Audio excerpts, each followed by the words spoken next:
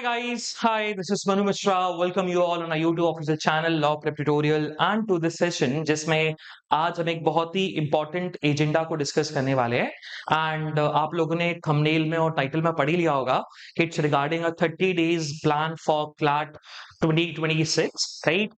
So before we jump onto the plan, before we see कि हमें last 30 days में हमें क्या करना है, क्या नहीं करना, कैसे हम अपनी पढ़ाई को प्लान करते हुए चलना है, राइट? हम थोड़ा सा ये डिस्कस जरूर कर लेते हैं कि ये सेशन हमारे लिए इंपॉर्टेंट क्यों है, ये सेशन देखना क्यों जरूरी है। देखो मैं आपको सिंपल सा बताता हूँ and I am just telling you with my personal experience, क्योंकि आप लोगों ने हो सकता है for you guys it's your first competitive examination और होगा भी for the majority of the students, वो उनके लाइफ का जिंदगी का पहला कॉम्पिटेटिव एग्जामिनेशन होगा। अभी तक आप लोगों ने सिर्फ स्कूल के एग्जामिनेशन दिए and competitive examination is far different from आपके स्कूल के एग्जामिनेशन। पहला डिफरेंस तो यही होता है कि स्कूल के एग्जामिनेशन में we always go with marks, right? We always go for a marks कि हमें मार्क्स चाहिए, सिलेबस लिमिटेड होता है, पता होता है कि इस चैप्टर से आएगा, इस चैप्टर से नहीं आने वाला है। But when we talk about the competitive examination तो सिलेबस डिफाइंड तो होता है, बट अगेन उसकी बाउंड्रीज को रिस्ट्रिक्ट करना वो सबसे ज्यादा डिफिकल्टी हमें फेस करनी पड़ती है, राइट? उसको लेकर पूरी प्लानिंग एक साल तक चलती रहती है कि हमें क्या पढ़ना है क्या नहीं पढ़ना, राइट? तो वो सारी चीजें हैं। लेकिन एक चीज जो कॉम्पिटेटिव एग्जामिनेशन में बहुत सारे बच्चे जो फेस ऑफ करते हैं और जो सबसे ज्यादा प्रॉब्लम अराइज होती है इन लास्ट 30 डेज में या इवन द लास्ट डेज में, दैट इज व्हाट जो मैंने भी फेस किया है, दैट इज रिगार्डिंग हम रेस्टलेस हो जाते हैं। हमारे दिमाग में बहुत सारे क्वेश्चंस रेज होना स्टार्ट हो जाते हैं। तो एक एक करके हम चीजें डिस्कस करते हुए चलेंगे। पहला रेस्टलेस वाला क्या सिनेरियो होता है? So basically restless is something क्योंकि वी फील लाइक यार हमने पूरी जैन से लेकर या मार्च से लेकर हमने मेहनत करी अपनी आपके till the month of October, November month में ना हमें पता नहीं क्या हो जाता है, हम अपनी पूरी इंटेंसिटी के साथ पूरी एनर्जी के साथ पढ़ाई नहीं कर पाते, हम अपना दिमाग पूरा फोकस्ड पढ़ाई पे नहीं रख पाते।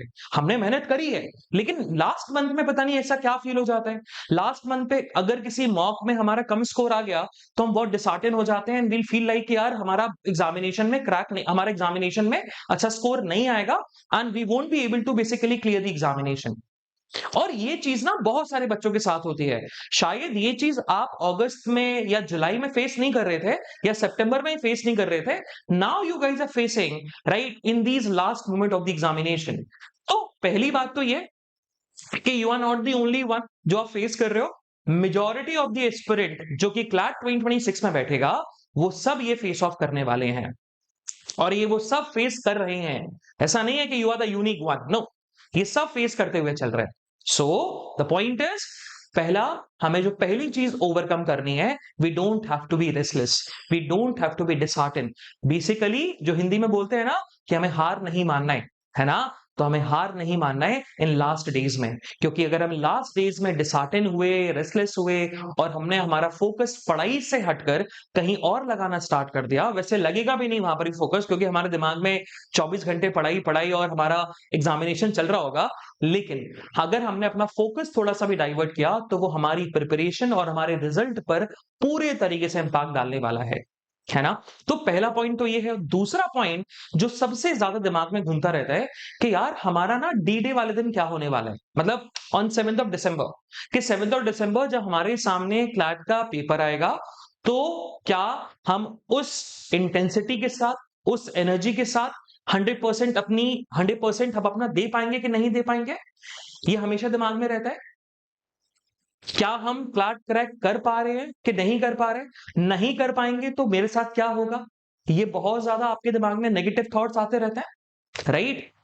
तो इसीलिए I have come up with this session, right? इसमें मैं आपको कोई प्लान नहीं बनाने वाला हूं कि आप 1st ऑफ नवंबर को या 7th ऑफ नवंबर को, 15th ऑफ नवंबर को या 30th ऑफ नवंबर या 6th ऑफ दिसंबर को आपको क्या करना है, मैं ये कुछ नहीं बताऊंगा। क्योंकि see the point is you guys already know, है ना? ये आपको पता है कि लास्ट मोमेंट पे क्या चीजें कवर करनी है, क्योंकि हर किसी की प्रिपरेशन अलग अलग हिसाब से अलग अलग स्टेजेस पे है। कोई रिवीजन मोड पे है, कोई शायद हो सकता है अभी भी बैकलॉग मोड पे होगा तो वो बैकलॉग कवर अप करने की कोशिश करने पे लगा होगा कि मेरा बैकलॉग कवर हो जाए।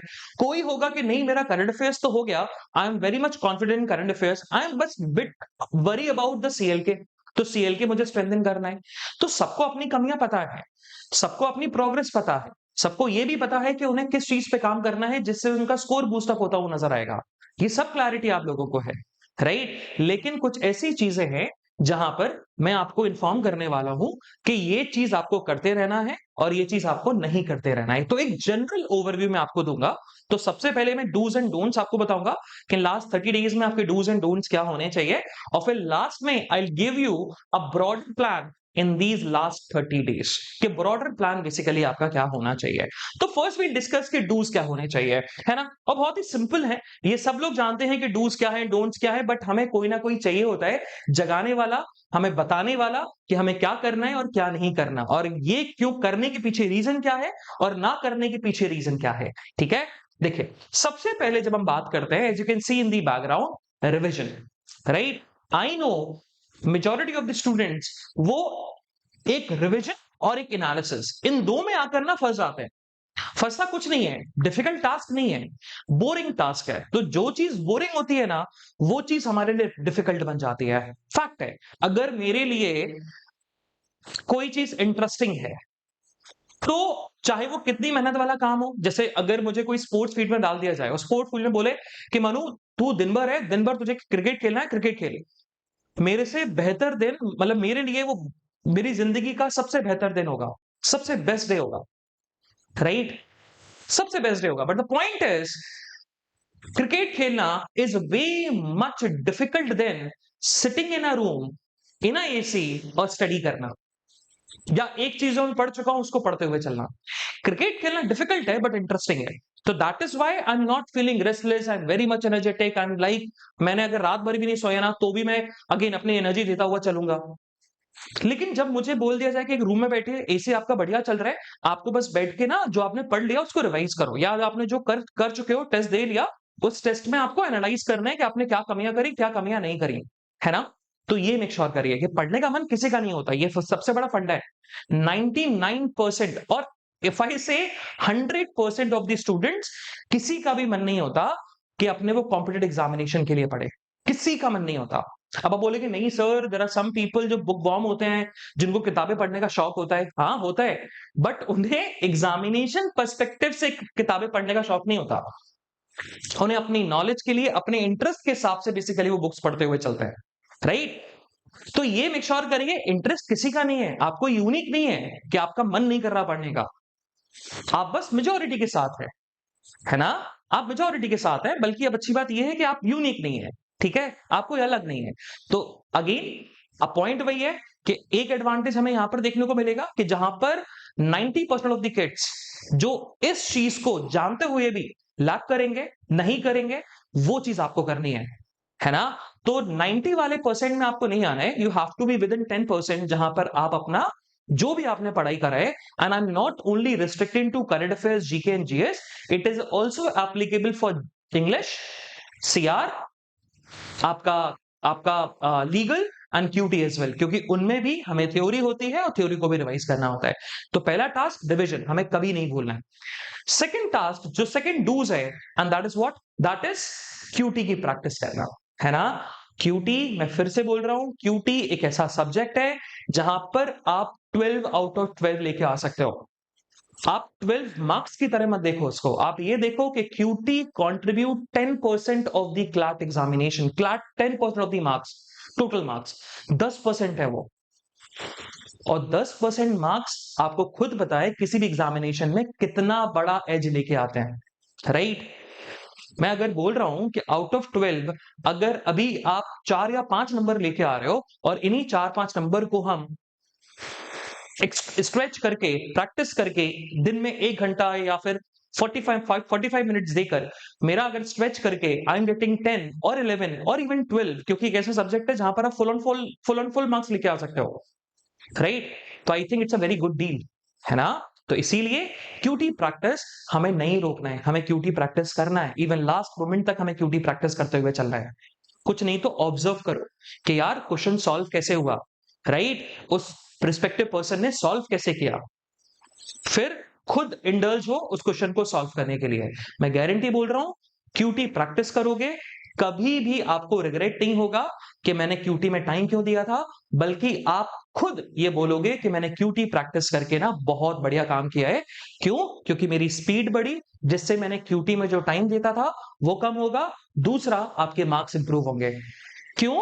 क्योंकि बाकी बच्चे अगेन क्यूटी को कहीं ना कहीं स्किप करेंगे। बाकी बच्चे means majority of the kids they'll skip the practice of QT because they fear QT. QT is not difficult because they fear QT, right? The third thing you have to do, and that is what? Make a schedule. क्योंकि जब हम schedule बनाते हैं तो हमारी life structured होती है, हमारा डे स्ट्रक्चर्ड होता है। हमें पता होता है, जैसे आज मैं सुबह उठा, है ना, so I wake up in a morning and मुझे ना पूरी की पूरी इंफॉर्मेशन मिल गई, मुझे पूरी की पूरी इंफॉर्मेशन मिल गई रिगार्डिंग व्हाट, रिगार्डिंग के आज मुझे सुबह उठ के 7 o'clock I have to take the analysis, 9 o'clock I have to take a session, 10 o'clock I am free, then I'll do some my physical activities, then 11 o'clock I'll again sit for some content making or for my own studies, right? And then till 4 o'clock, then 5 o'clock I have to take a classes. Now I know my schedule, कि this is my schedule and I have to basically stick to it. अब मुझे पता है, अब बीच बीच में हो जाता है कि मेरे फादर का फोन आ गया, मेरे फादर ने कोई टास्क दे दिया कि काम करना है यार, कि आज थोड़ा बैंक चले जाना, बैंक में जाके ये काम करना है। तो अब मुझे पता है यार, ये स्केड्यूल में ना 1 घंटा मुझे निकालना कहां से है। हो सकता है कि शायद मैं अपनी सेल्फ स्टडी से निकालूं, हो सकता है कि शायद मैं बोलूं यार एक क्लास जो है, एक क्लास नहीं लगाते हैं, again I talk to the team and basically वो क्लास एक्सटेंड कर देंगे, है ना। तो अगेन अब जब मेरा स्केड्यूल है तो मुझे पता है, जब मेरा स्केड्यूल नहीं होता ना, तो मेरे लिए सिर्फ टास्क क्या होता है, दैट इज माई फादर का phone call just to go to the bank. वो मुझे लगता है कि वही मेरे दिन का टास्क था, वही मैंने किया, क्योंकि कोई स्ट्रक्चराइज नहीं है। तो स्ट्रक्चराइजेशन के लिए you have to make a schedule. Schedule is something which is very very important, है ना।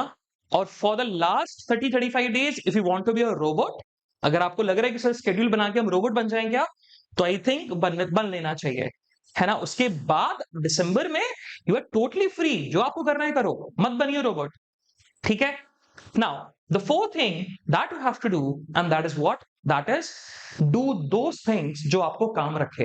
होता क्या है कि कुछ चीजें हम ऐसी करना स्टार्ट कर देते हैं अपनी लाइफ में, जिसकी वजह से ना we get into a very panic mode. हम पैनिक मोड में चले जाते हैं, या पैनिक मोड के साथ साथ कहीं ना हम एंग्जाइटी मोड पे चले जाते हैं। आई एम नॉट सेइंग कि एंग्जाइटी अटैक आएगा, पैनिक अटैक आएगा, नहीं नहीं नहीं, ऐसा नहीं है कि आप बहुत दिल के कमजोर हो, ऐसा बिल्कुल नहीं है। लेकिन वो होता है, वो मेरे साथ भी कभी कभी होता है, जब before the examination I am also very anxiety कि यार पेपर कैसा आने वाला है, क्योंकि मेहनत बहुत करी है, दे पाऊंगा, कर पाऊंगा कि नहीं कर पाऊंगा। सो ऑलवेज रिमेंबर, वही चीज करो जो आपको काम रखे, जो आपको शांत रखे। जैसे एग्जामिनेशन के पहले ना, मैं अगर फ्रेंड्स करके एक सीरीज है, या डीकपल्ड करके एक सीरीज है नेटफ्लिक्स पर, मैं उसका एक एपिसोड देख लेता हूं ना, तो मैं बहुत काम हो जाता हूँ। वो 20-25 मिनट्स का एपिसोड विल मेक मी काम, वो मुझे काम कर देता है। तो जरूरी नहीं है कि काम करने का मतलब यही है कि मेडिटेशन करिए, जॉगिंग करिए, फिजिकल एक्टिविटी करिए। Again these are something very important one, but हो सकता है कि शायद फिजिकल एक्टिविटी करना मेरे लिए थोड़ा हेक्टिक हो, लेकिन अगेन एक एपिसोड देखना फ्रेंड्स का और डीकपल्ड का, मैं काम हो जाता हूं, मैं शांत हो जाता हूं, मुझे पता होता है कि हाँ चलो ठीक है, अब मैं अपने काम पे लग सकता हूं, राइट। तो चीजें वो करो जो आपको शांत रख रही हो, लेकिन हाँ इतनी भी मत करना कि हम पढ़ाई से डाइवर्ट हो जाएं। So keep those thing for the last 30-35 days, कि आपको वो काम रखे, आपको वो शांत रखे, ठीक है।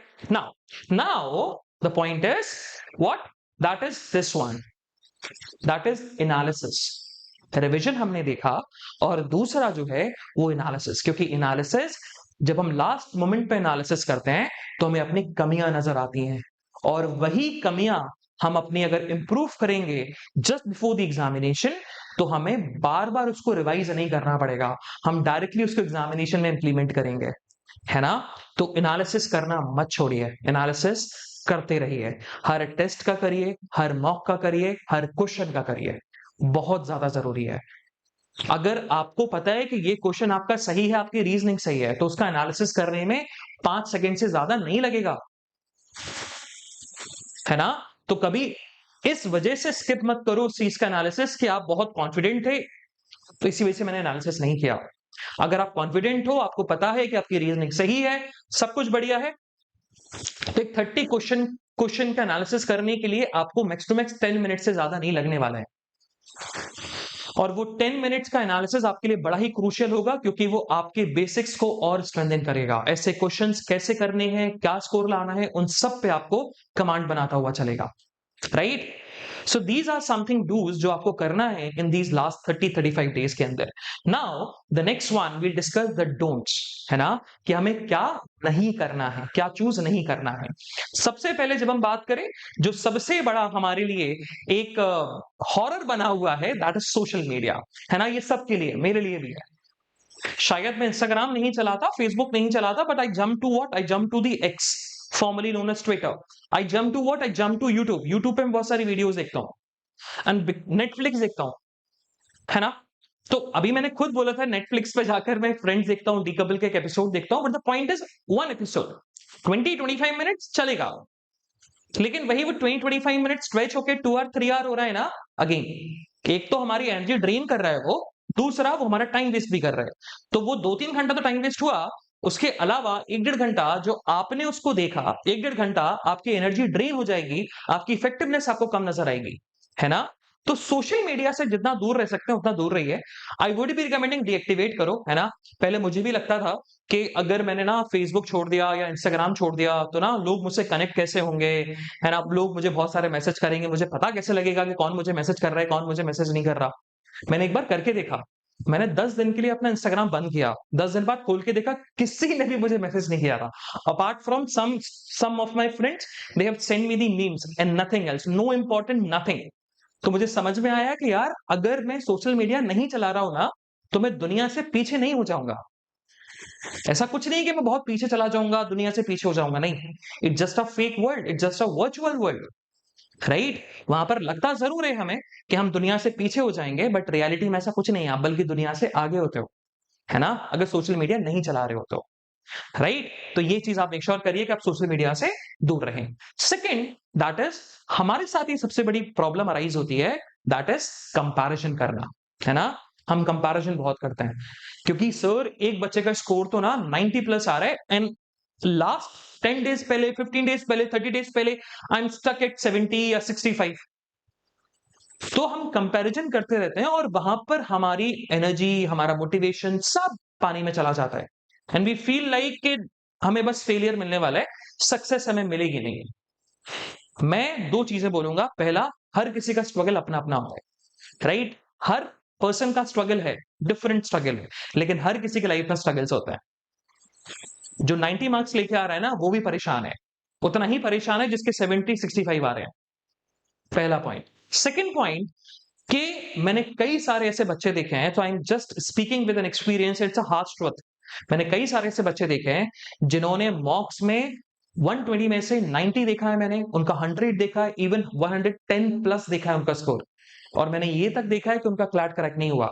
और मैंने ऐसे कई सारे बच्चे, एक नहीं कई सारे बच्चे देखे हैं जिनका स्कोर 60 आ रहा था, 65 आ रहा था before the CLAT, but CLAT उनका क्रैक हुआ and they are sitting in the top 5 NLUs, top 5। Even there are some kids जो एनालिस्ट में है, नालसार में। तो आपको ये फील नहीं होने देना है कि मेरे 65 आ रहे हैं तो मेरा क्लैट करेक्ट नहीं होगा या मुझे नालसार नहीं मिलेगा, नहीं। हाँ, लेकिन ये भी मेक श्योर, ये भी दिमाग में नहीं रखना है कि मेरे 60 आ रहे, 65 नहीं आ रहे, तो मुझे एनालिस्ट मिल जाएगा कि नहीं मिल जाएगा। अगर इसी सोच में डूबे रहोगे तो ये तो गारंटी है कि नहीं मिलने वाला, लेकिन अगर शायद मेहनत करोगे तो देयर आर चांसेस कि शायद मिल जाए। क्लियर? तो ये चीज आप मेक श्योर करिए। नाउ नेक्स्ट वन, हम क्या कर लेते हैं, हम अपने आप को ना आइसोलेट कर लेते हैं। और जब हम आइसोलेट करते हैं अपने आप को, क्योंकि हमें होंगे, there are some kids, there are some aspirants, they feel like यार मैं किसी दोस्त से बात नहीं करूंगा, किसी कजन से बात नहीं करूंगा या बात करूंगी, I just focus on my studies, I isolate myself, total social media ban, no WhatsApp, nothing, no phone call, only books, nothing. ये आप एक दिन आपको बहुत बढ़िया लगेगा, दूसरे दिन आपको बहुत बढ़िया लगेगा, तीसरे दिन आपको लगेगा कि मैं कर क्या रहा हूं या कर क्या रही हूं, ये कोई लाइफ होती है।